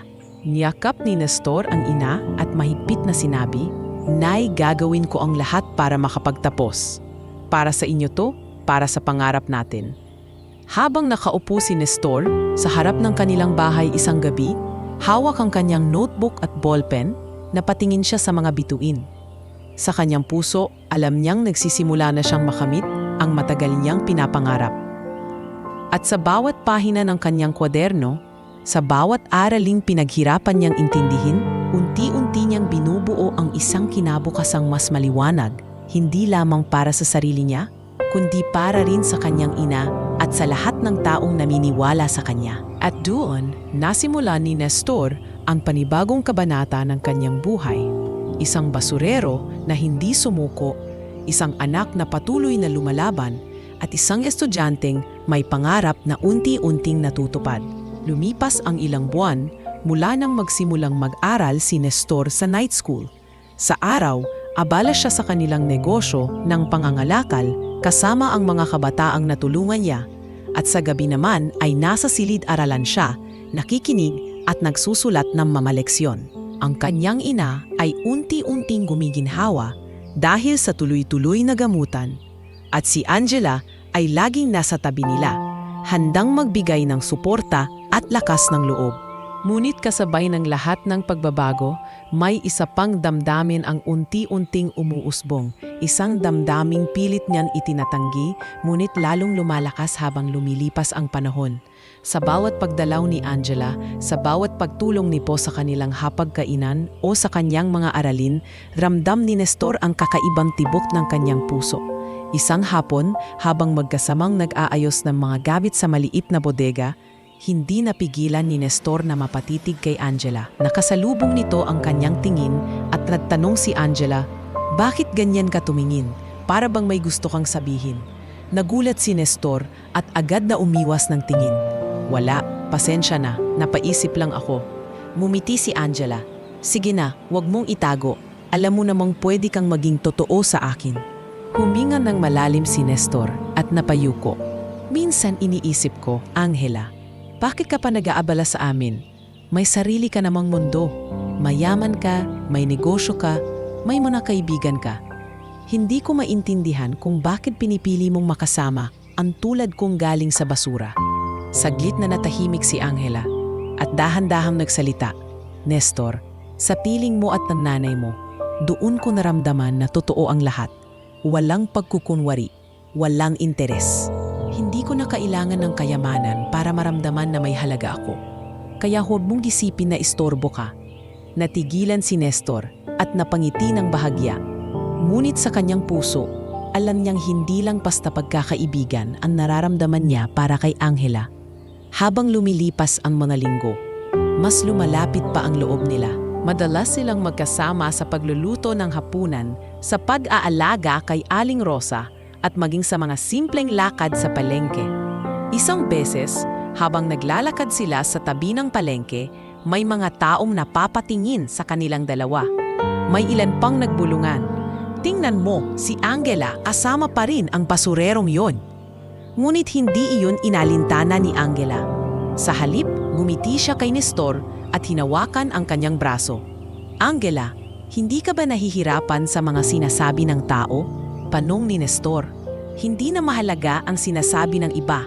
Ang mahalaga, alam kong masaya ako sa piling ninyo. Matatag na sagot ni Angela. Sa kabilang banda, si Nestor ay naguguluhan. Mahal na niya si Angela, ngunit nahihiya siyang umamin. Para sa kanya, malayo ang agwat nila sa buhay. Baka kapag nagsabi siya ng nararamdaman, masira pa ang pagkakaibigan nila. Kaya pinili niyang itago ito sa kanyang dibdib.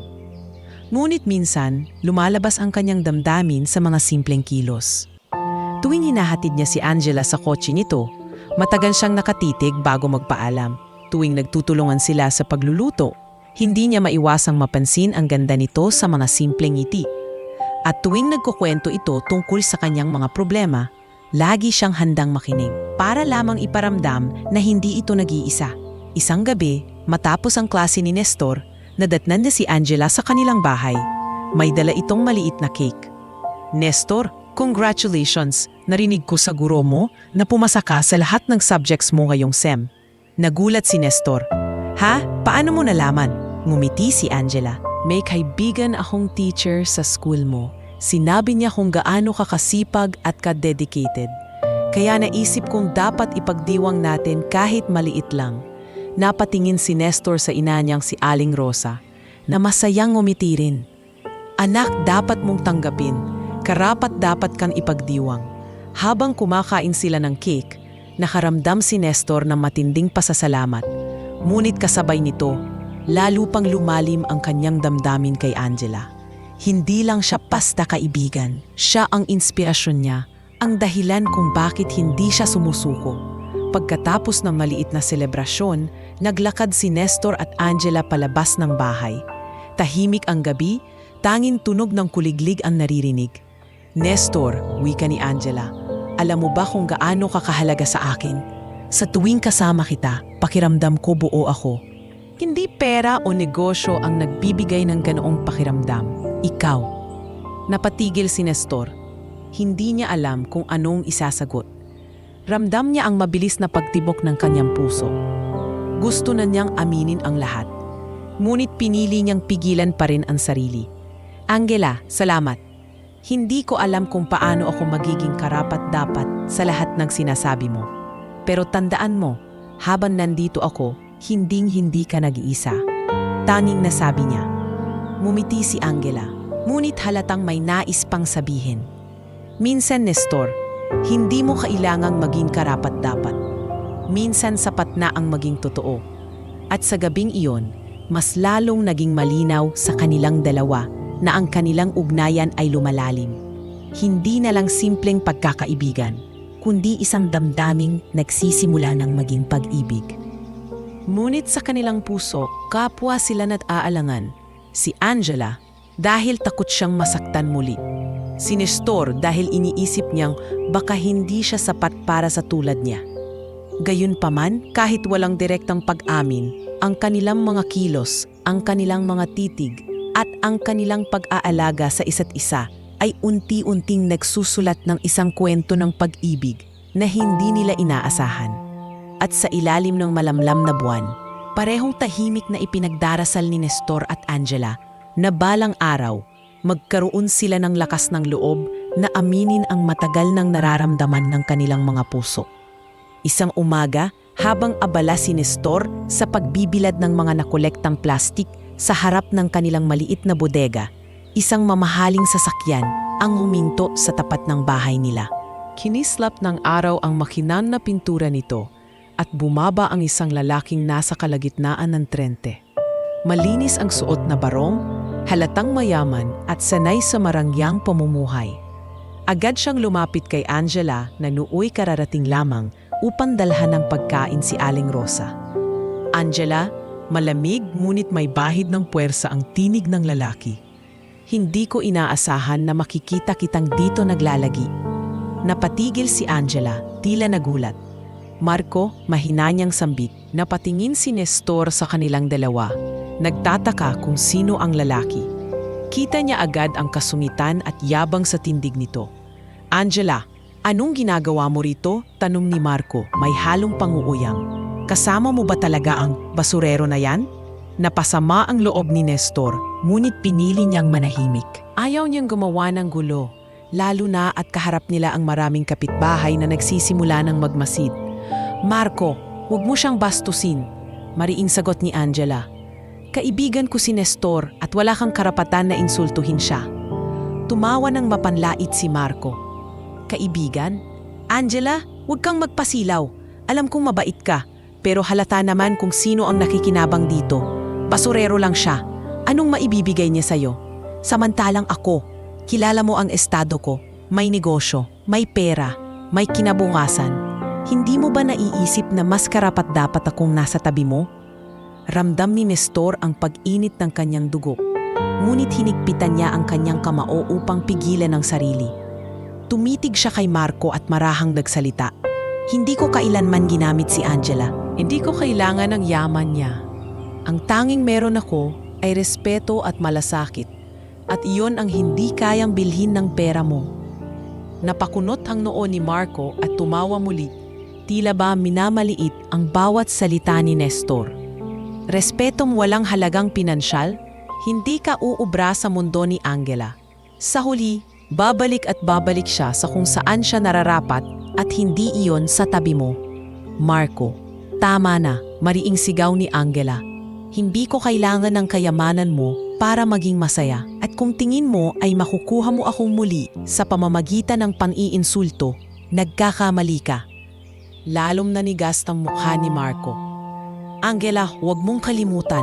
Piyansi mo pa rin ako noon. Wala kang karapatang basta na lang tumalikod sa akin. Napayuko si Angela. Halatang masakit ang mga alaala.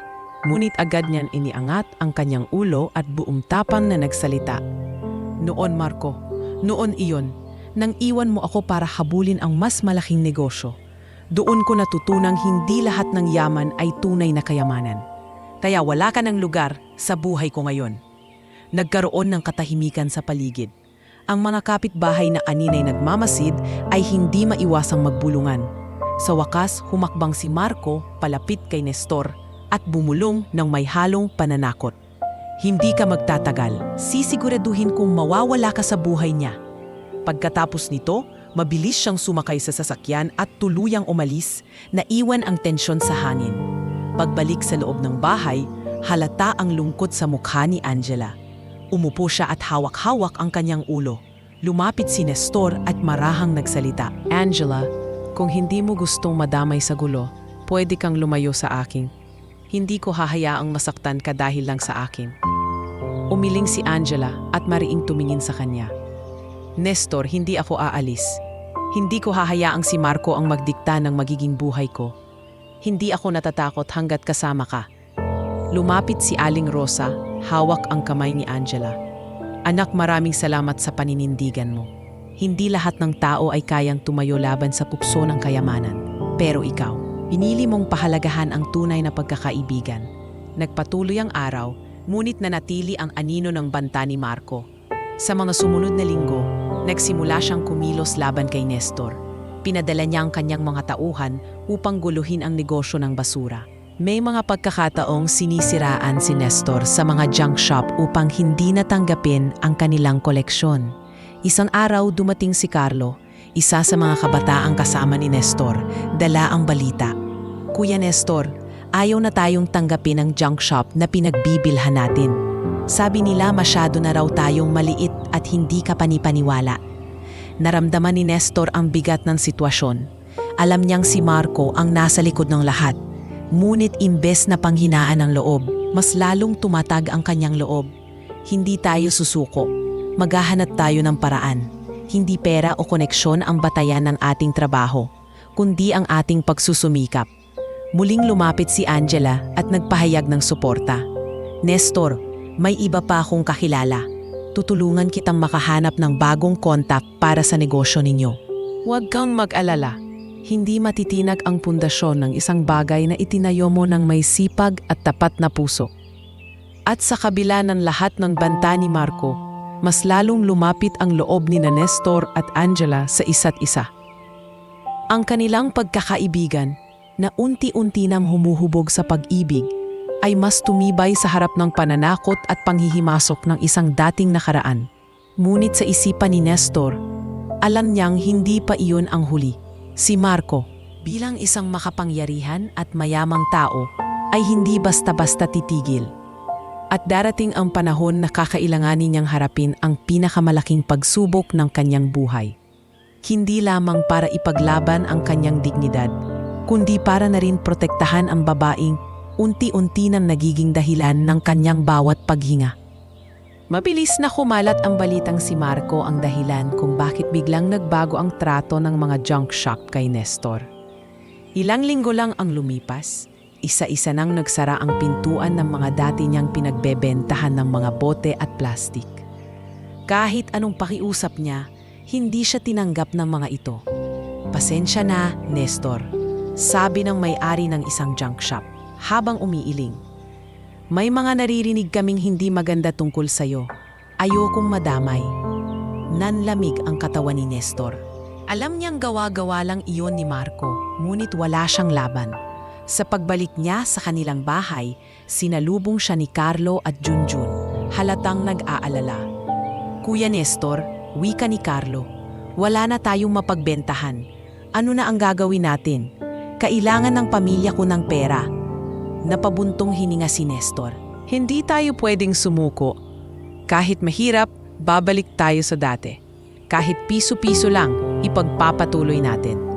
At ganon nga ang ginawa niya. Muli siyang bumalik sa lansangan, naglalakad kasama ang kanyang kariton. Ang mga dating kasamahan niyang kabataan, bagaman nahirapan, ay tumulong pa rin. Pinaghatian nila ang kaunting kita upang may maiuwing pagkain. Isang gabi, kinausap siya ni Angela habang inaalagaan si Aling Rosa. Nestor, huwag mong isisi sa sarili mo ang lahat ng ito. Ginagawa ni Marco ang lahat para pabagsakin ka. Pero alam ko, kaya mong bumangon. Napayuko si Nestor, hawak ang magaspang na kamay. Angela, minsan naiisip ko, tama ba na lumaban pa ako? Ang dami ng balakid. Baka nga hindi ako para sa mas maganda pang buhay. Ngunit matatag na sagot ni Angela, Nestor, mali ka. Para bang kinukutya ang pagbabalik niya sa dati. Akala ko ba umangat na siya? Bumalik din pala sa dati. Narinig niyang bulong ng isang nagdaraan. Masakit iyon para kay Nestor. Ngunit sa halip na panghinaan, mas lalo niyang pinanghawakan ang aral ng kanyang ina. Anak, walang masama sa pagbabalik sa pinagmulan. Ang masama ay ang pagsuko. Pag-uwi niya, sinalubong siya ng kanyang ina na mas mahina na kaysa dati. Anak, huwag mong hayaan na lamunin ka ng hiya. Tandaan mo ang tunay na halaga ng tao, hindi pera ang sukatan. Sa gabing iyon, habang nakahiga siya, muling pinangarap ni Nestor ang isang kinabukasang hindi lamang siya basta nangangalakal, kundi isang taong makakapagbigay inspirasyon sa iba. Pinangako niya sa sarili, hindi ako susuko kahit gaano kahirap. Ang laban na ito, hindi lang para sa akin, kundi para kay nanay, kay Angela at sa lahat ng batang umaasa sa akin. At sa mga sumunod na linggo, ipinakita niya ang kanyang katatagan. Kahit halos wala silang kinikita, patuloy siyang lumalaban. Sa kabila ng lahat ng sakit at panghihina, mas lalo niyang pinanday ang sarili bilang isang taong hindi nagpapadaig sa pagsubok. At sa kanyang pusong sugatan ngunit buo, alam niyang darating din ang tamang oras na magbubukas muli ang pinto ng oportunidad. Isang pagkakataon na hindi na kayang pigilan ng kahit sino, kahit ng isang Marco na puno ng kayabangan at galit. Isang umaga, habang binabagtas ni Nestor ang maalikabok na kalsada, bitbit ang kanyang kariton. May lumapit na 2 estranghero na naka-t-shirt na may nakasulat na logo ng isang NGO. May dalang mga clipboard at mga brochure ang mga ito. "Magandang araw po," wika ng isa. Isang babae na may malumanay na boses. "Ikaw po ba si Nestor?" Nagulat si Nestor. "Opo, yun. Bakit po?" Nagpakilala ang babae. "Ako si Liza. Kasama ko si Andrew. Galing kami sa isang organisasyon na nangangalap ng mga mangangalakal ng basura at recyclers. May narinig kaming kwento tungkol sa sipag mo at kung paano ka nagturo ng ibang kabataan. Gusto ka naming imbitahan para maging bahagi ng bagong proyekto namin sa lungsod." Napatigil si Nestor. Halos hindi makapaniwala. "Ako po, pero basurero lang ako?" Numiti si Andrew at nagsalita. "Hindi ka lang basta basurero, Nestor. Isa kang leader. At iyon ang hinahanap namin. Mga taong marunong magsakripisyo at nagtuturo ng tamang gawain." Hindi alam ni Nestor ang isasagot. Sa dami ng kabiguan na dumaan, parang hindi niya maisip na may ganoong oportunidad na darating. Kinagabihan, ikinuwento niya ito kay Angela at kay Aling Rosa. "Nay, Angela, inaalok daw akong maging supervisor sa isang proyekto ng NGO sa lungsod. Hindi ko alam kung kaya ko.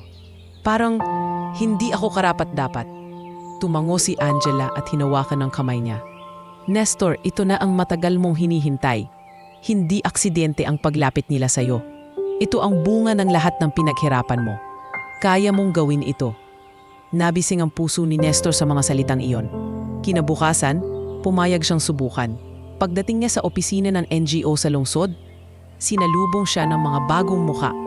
May mga piling mangangalakal mula sa iba't ibang lugar at lahat sila ay inaasahang magiging bahagi ng proyekto para sa kalinisan at recycling. Si Nestor ay itinalagang supervisor, isang tungkulin na hindi niya inakalang makakamtan. Una, nagdalawang isip ang ilan. Bakit siya? Basurero lang siya dati, bulong ng isa. Ngunit nang magsimula ng magsalita si Nestor, nakita nila ang kanyang karanasan. "Alam ko kung gaano kahirap ang pamumulot araw-araw. Alam ko rin kung gaano kasakit ang balewalain ng tao.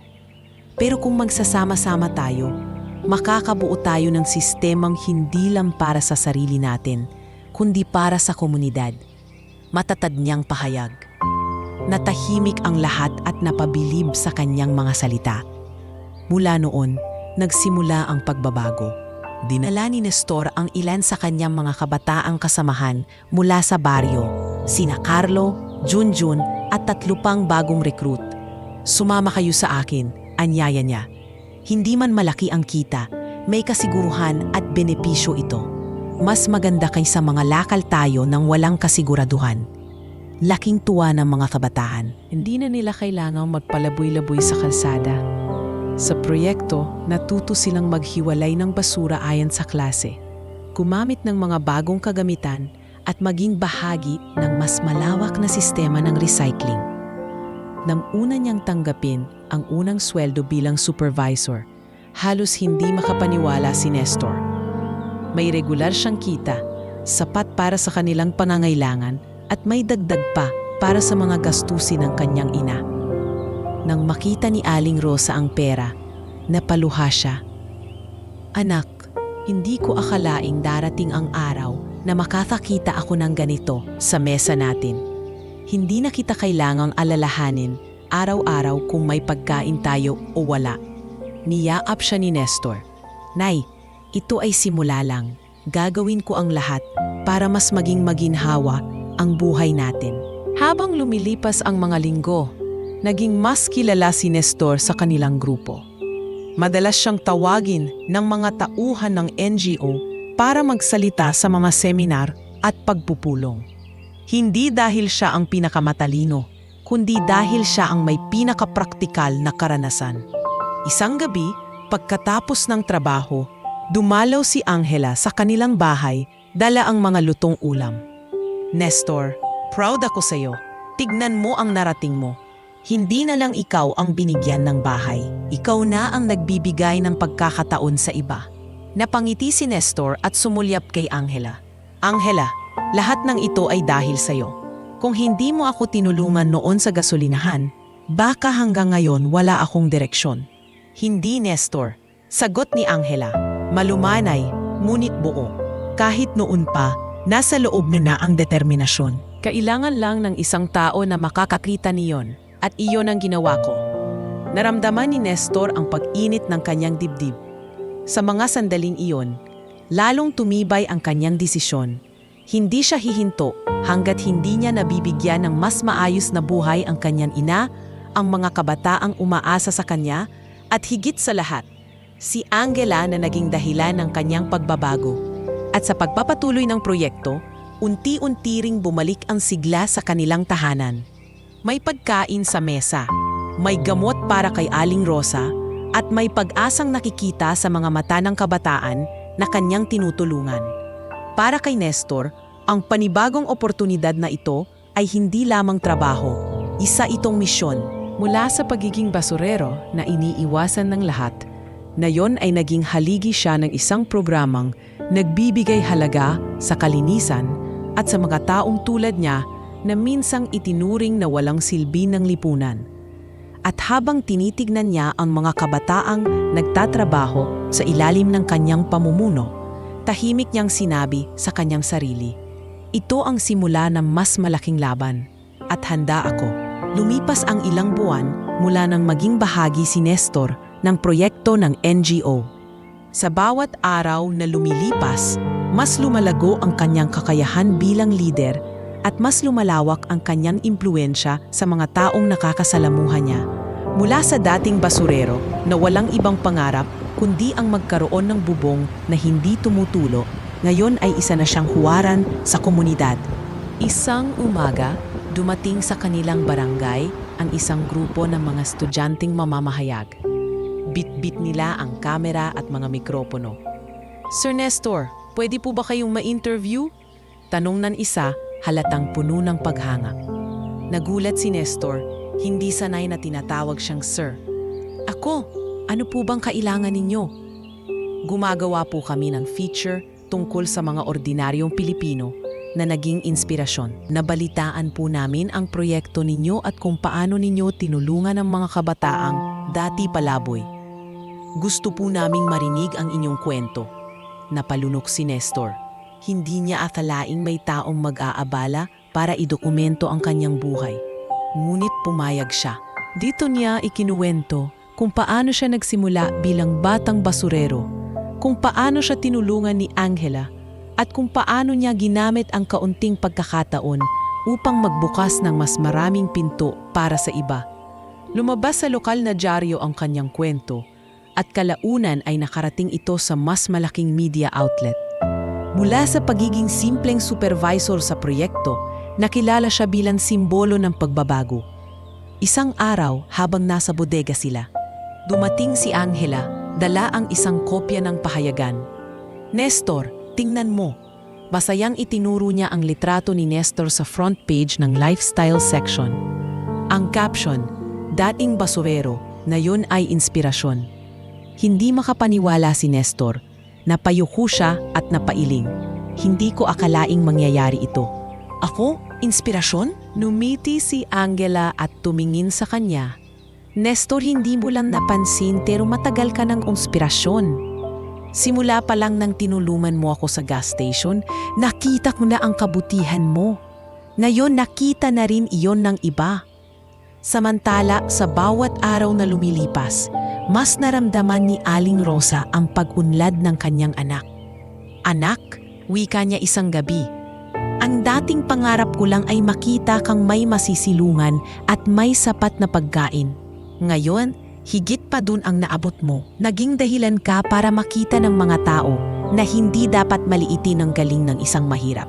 Tumulo ang luha ni Nestor habang yakap ang kanyang ina. Nay, lahat ng ito ay dahil sa inyo. Kung hindi ninyo ako itinuro sa tamang daan, baka matagal na akong naligaw. Hindi nagtagal, inimbitahan si Nestor na magsalita sa isang seminar tungkol sa kalinisan at recycling. Sa harap ng daan-daang tao, mga estudyante, guro at ilang opisyal, tumayo siya sa entablado. Kinabahan siya sa una, ngunit nang makita niya si Angela at ang kanyang ina na nakaupo sa unang hanay, nakahanap siya ng lakas ng loob. Hindi ako sanay magsalita sa maraming tao, panimula niya. Pero kung may isa akong natutunan sa buhay, ito ang hindi ko makakalimutan. Hindi hadlang ang kahirapan para mangarap. Basurero man ako noon, pero tinuro sa akin ng karanasan na ang bawat bote, bawat plastik ay may halaga, gaya ng bawat tao. At kung gagamitin natin ang ating sipag at malasakit, kaya nating baguhin ang ating kapalaran. Nagpalakpakan ang mga tao. Maraming estudyante ang lumapit pagkatapos upang magpasalamat. Kuya Nestor, dahil sa iyo, naisip kong kaya ko ring abutin ang pangarap ko kahit mahirap kami. Sabo ng isa. Habang lumalawak ang kanyang pangalan, mas naging lantad ang galit ni Marco. Sa isang pagkakataon, pinanood niya ang panayam ni Nestor sa telebisyon at bumulalas ng galit. Hindi ako papayag na siya ang kilalanin, samantalang ako ang may koneksyon at yaman. Ngunit kahit ano pang gawin ni Marco, mas lalo lamang umangat ang imahe ni Nestor.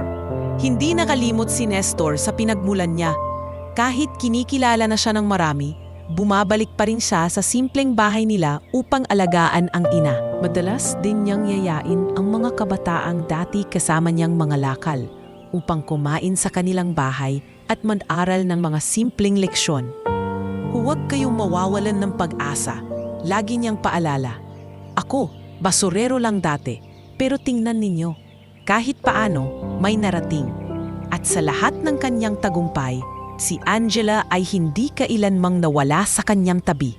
Lagi itong sumasama sa kanya sa mga seminar. Lagi itong nagbibigay ng payo kung paano niya mas mapapalawak ang kanyang mga proyekto. At higit sa lahat, lagi itong nagiging sandigan sa oras ng kanyang panghihina. Isang gabi, habang nakatanaw sila sa labas ng bahay, nagsalita si Angela.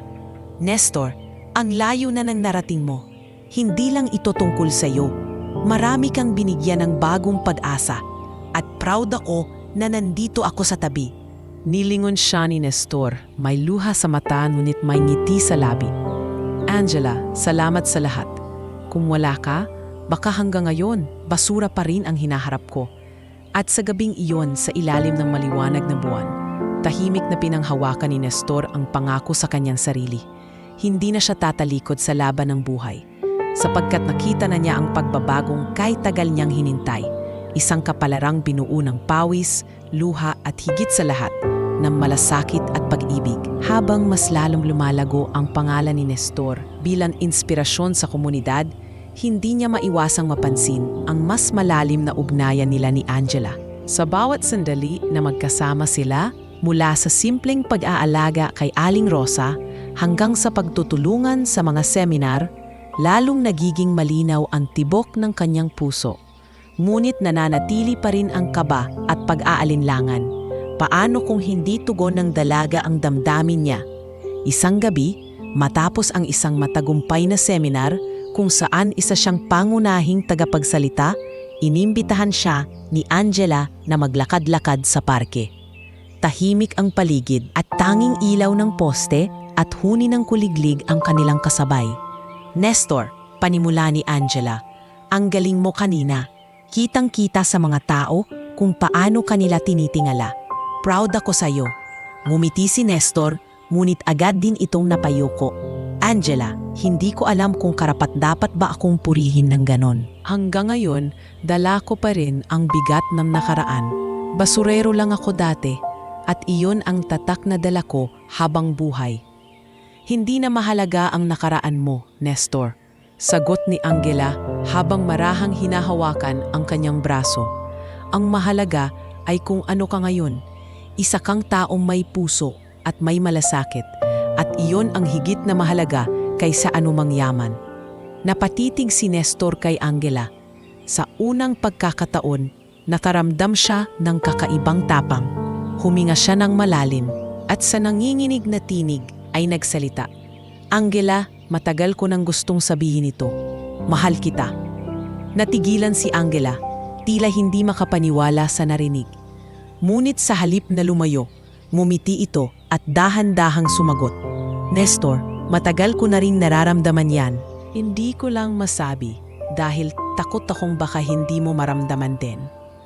Parang gumuho ang lahat ng alalahanin ni Nestor. Sa halip, napalitan ito ng ligaya at ginhawa. Hinawakan niya ang kamay ni Angela at mahigpit na pinisil. Angela, hindi ko man kayang ibigay ang marangyang buhay na meron ang iba. Ipinapangako ko na ibibigay ko sa iyo ang tunay na pagmamahal. Hindi ko kailangan ng marangya, Nestor, tugon ni Angela. Ang kailangan ko ay isang taong totoo at nakita ko iyon sa iyo. Sa gabing iyon, naging opisyal ang kanilang relasyon. Hindi nila itinago ito, bagkus ay buong tapang nilang ipinakita sa lahat. Ngunit hindi ito nagustuhan ni Marco. Nang mabalitaan niyang opisyal ng magkasingtahan sina Nestor at Angela, halos sumabog siya sa galit. Sa kanyang opisina, pinagtatadyakan niya ang mesa. Hindi ako papayag, hindi siya dapat ang makuha ni Angela. Ako ang karapat-dapat. Subalit sa kabila ng kanyang galit, wala na siyang magawa. Ang puso ni Angela ay malinaw na nakay Nestor na at wala nang kayamanang makakabago nito. Samantala, mas lalong tumindi ang pagmamahala ni Nestor at Angela. Madalas silang magtulungan sa mga proyekto. Si Angela ay nagbigay ng tulong pinansyal para mas mapalawak ang operasyon ng recycling project, habang si Nestor naman ay nagsilbing haligi at inspirasyon sa mga manggagawa. Isang hapon, habang nag-uusap sila sa harap ng kanilang bahay, sinabi ni Angela, "Alam mo, Nestor, hindi ko inakalang darating ang araw na magiging masaya uli ako. Noon, akala ko tapos na ang lahat nang iwan ako ni Marco. Pero dumating ka, isang simpleng tao na nagbigay ng mas malalim na kahulugan sa salitang pagmamahal." Napangiti si Nestor sabay haplos sa kamay ni Angela. At ako, akala ko habang buhay na lang akong nakatali sa kahirapan. Pero ipinakita mo sa akin na hindi ako dapat manatili sa dilim. Salamat, Angela.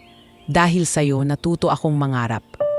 Hindi rin nakaligtas ang kanilang pagmamahalan sa mga mata ng komunidad. May mga naiinggit, may mga natutuwa, ngunit karamihan ay humanga. Para sa kanila, ito ipatunay na walang imposible sa dalawang pusong tapat. Kahit gaano kalaki ang agwat ng estado sa buhay. Dumating ang araw na ipinakilala na ni Angela si Nestor sa kanyang mga kaibigan sa negosyo. Sa una, ramdam ni Nestor ang mga matang mapanuri. May ilan pang nagtanong ng may halong pang-uuyam. Ikaw pala si Nestor, ang tinatawag nilang dating basurero? Nakakabilib din ha, paano mo nagawang makuha ang atensyon ni Angela? Ngunit imbes na mainis, matatag na ngumiti si Nestor at sumagot, "Hindi ko siya nakuha, siya mismo ang pumili na mahalin ako. At siguro, iyon ang pinakamalaking biyaya sa buhay ko." Natigilan ang mga kausap at hindi na nakapagsalita. Doon nakita ni Angela ang matinding tapang at pagpapakumbaba ng taong kanyang minahal. Habang lumilipas ang mga buwan, mas lalo nilang pinagtibay ang kanilang relasyon. Sa mga simpleng lakad, sa mga pagtulong sa komunidad, at sa bawat yakap na puno ng pangako, ipinakita nila na ang pag-ibig na wagas ay hindi nasusukat sa kayamanan o kapangyarihan. Ito'y nakikita sa pagtitiwala, respeto at malasakit sa isa't isa. At kahit na natiling banta si Marco, hindi na nila ito pinansin. Ang mahalaga, hawak nila ang isa't isa at alam nilang kahit anong pagsubok ang dumating, hindi na sila bibitaw. Sa gabing payapa, habang nakaupo sila sa ilalim ng mga bituin, ibinulong ni Nestor kay Angela, "Ito ang pangarap ko noon pa. Hindi ang yaman, hindi ang karangyaan, kundi ang magkaroon ng pusong tulad ng sayo na magmamahal sa akin ng totoo. At ngumiti si Angela, sabay sagot, Nestor, natagpuan din kita, ang pag-ibig na matagal kong hinintay. Hinding-hindi na kita bibitawan.